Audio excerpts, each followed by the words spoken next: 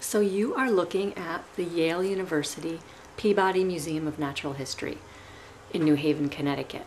It's a really great place to bring your family. Kids love it. There's lots of dinosaur skeletons inside, other prehistoric animals, bugs and birds, lots of rocks and minerals, and they even have a great mural inside called the Age of Reptiles mural that is 110 feet wide by 16 feet tall and actually took over 4.5 years to complete. It's really spectacular to see. So if you ever get a chance, please go down there. So yesterday, during an early morning bike ride, what I saw out front was something that I thought would be a very useful tool for demonstrating perspective in terms of some of the very negative conditions or thoughts that we create within our own minds. It's this great big dinosaur that's mounted on top of this very large rock. And over here is actually a plaque on the ground that helps describe it. So this dinosaur is a Torosaurus latus, and it was given to the Yale Peabody Museum by Elizabeth and Stanford Phelps from the class of 1956 and their grandchildren to stir the curiosity of all children. I think that's a beautiful gift. And the sculptor is actually Michael Anderson, and it was erected in October of 2005. So now let's use this dinosaur to think about one of those negative conditions that we often create in our minds, such as fear. I mean, as human beings, every single one of us has a fear, or many fears. It can be a fear of crossing a bridge, or fear of heights, or fear of public places, or meeting new people, or getting on a plane. Whatever it is, we all have fears. And what we don't realize is that these fears are not really sitting on the back burner. They are up front. They are in our faces. They're dominating our lives, and they're preventing us from moving forward. So now if we look at the dinosaur again and imagine him to be our fears, right? So he's very big, and he looks very powerful. He's very commanding and domineering. And we're carrying this fear around with us every day. We're dragging it around. It's heavy. It's draining our energy. And as long as we're holding on to it, it's also growing. So it's basically feeding off of us. It's feeding off of us. It's growing, and it's preventing our own growth. So what do? Well, we can continue to avoid our fears and just drag them around with us during our days. Or we can step up to them and we can face them. So now we're standing in front of this big rock. Here's our fear. We're looking up at this dinosaur.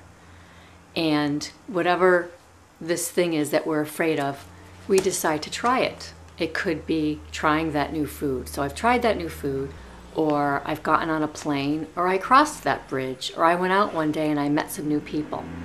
And what happens most of the time is we think, wow, that wasn't so bad. Or we may even think, wow, that was enjoyable. I actually liked that. Or even if it's something that we didn't necessarily like, we're no longer intimidated by it. So it no longer has this hold over us. And the important thing is that thing, whatever we were afraid of, it has not changed at all. It's still the same thing it was in the beginning, but our perception of it has changed. So now, instead of being afraid of it, instead of having this very strong negative emotion attached to it, we don't. I think he's actually kind of smiling. He's not so bad. So another concept where this big dinosaur would come in handy would be another situation where we're creating negativity in our lives. And that has to do with the idea of letting go.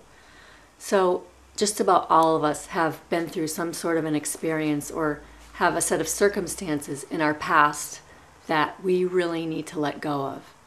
And it's not necessarily the event or the circumstance that we need to let go of, but it's the negativity that we've attached to it. And this negativity can be anything such as regret or resentment or anger or hatred or jealousy or something negative that is really truly holding us back. So again, if we look at the dinosaur, and this dinosaur is all those negative emotions, think about how strong those emotions are and what kind of influence they're having over us.